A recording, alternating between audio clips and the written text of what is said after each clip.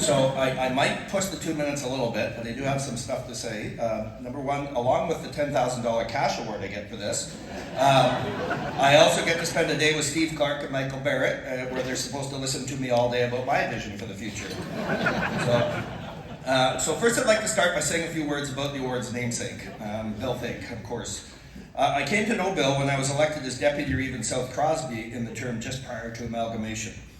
It was, before that, it was South Crosby, of course, and my election as Deputy Reeve allowed me to sit on county's council.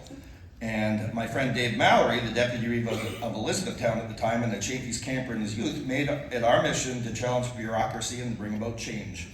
I remember Bill taking the time after a rather raucous meeting for a little heart-to-heart where he praised me for challenging the status quo, but reminded me to temper my exuberance. All good things in time was the message I got from Bill. He was wise, and Bill was a bit stubborn, as those who remember him. I remember him fondly. If everyone here could ask their 18-year-old self where they thought they'd be at the present time, I would wager a few would imagine where they were right now in life's path. I believe most people arrive here by circumstances, opportunities, barriers, setbacks, nudges, and things that we never expected that carved to where we are now, and I'm no exception. I never dreamed of where I would be this day. There's no place where I would rather be. I've been lucky enough to travel frequently in the last decade, and while I've visited some amazing places and met some amazing people, there's no place like home. In closing, I've always lived by the credo that volunteering is the ultimate exercise in democracy. You may vote in elections every year, but when you volunteer, you get to vote every day about the kind of community you want to live in. Virtually everyone in this room does what they do because they want to make our community a better place to live.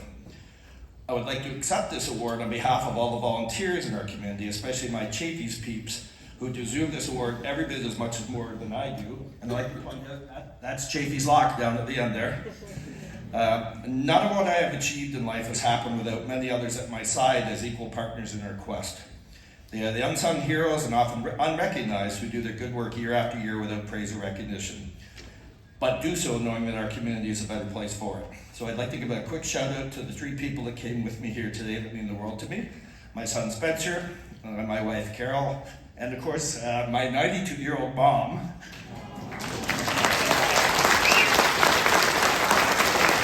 Who 2 weeks ago was still in hospital recovering from a fall, and where she faced the Grim Reaper for the 2nd time in a year, and she said, nope, rain check, not today.